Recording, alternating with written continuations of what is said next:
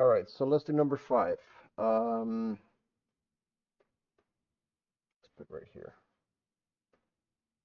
An electron of mass. So I'm just going to say you have an electron, and here you have the mass of the electron. The mass is 9.11 times 10 to the negative 31 kilograms. There you go. And it has an initial speed, which I'm going to call v. I guess I'll call it v naught in this point. V naught is going to be 3 times 10 to the 5 meters per second. It travels in a straight line, and its speed increases to a certain amount. So I'm going to call it v1. V1 is 7 times 10 to the 5 meters per second. Um, in a distance of, so I'm going to say x is going to be 5 centimeters. So, all right, so it's going to ask for the acceleration, isn't it? So, assuming the acceleration is constant, determine the force exerted on the electron. Compare this force with the weight of the electron. All right, so in order to do this, we're given all these equations. So we're going to find the acceleration, then we can multiply by the mass, and then we get the force. All right, let's get started. So, all right, so before we get started, I think the equation here is going to be change of x equals v squared minus v1 naught squared over 2a or something like that. So we're going to say that a is going to be v squared minus v naught squared all over 2 times x. And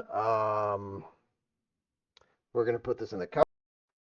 So once you put this in the calculator, you have an acceleration, presuming I did the math correctly, of 4 times, ooh, that's a nice number, 10 to the 12 meters per second square. We're going to multiply it by the mass. We're going to multiply this thing times, we're going to take 4 times 10 to the 12th power, multiply it by 9.11, times multiply it by to the negative 31 power.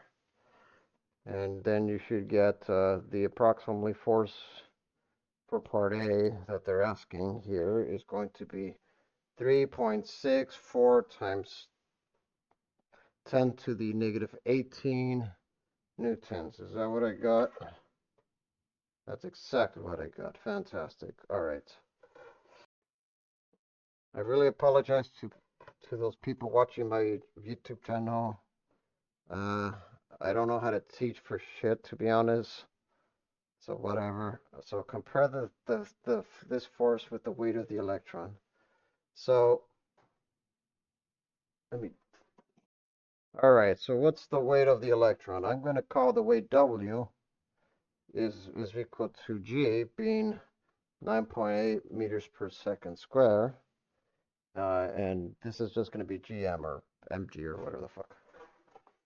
So we're going to take that 9.11 times 10 to the negative 31 kilograms. That's the mass of the electron. We're just going to multiply by 9.8, and we're going to just take the ratio or do whatever the heck you want. So I'm going to store both of these variables. I'm going to store this into F. I'm going to store this into W. I know I'm just talking to myself at this point. So F would be this, W would be that. So F, which one's bigger? The one with, okay, so F divided by W would be 4 times, so the weight of the electron is, what's the weight of the electron?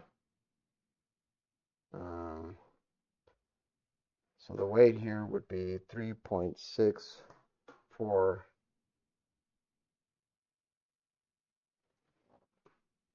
Hold on. All right. So the weight of the electron is 8.93 times 10 to negative 30 newtons.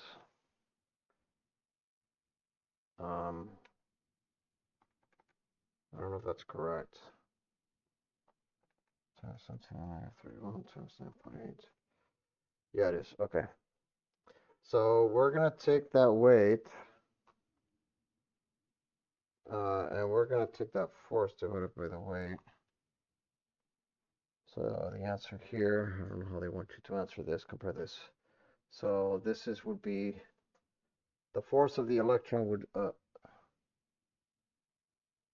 with that change of speed would be,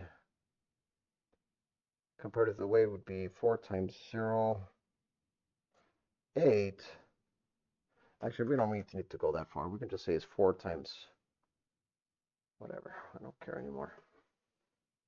Times 10 to the 11 times the weight.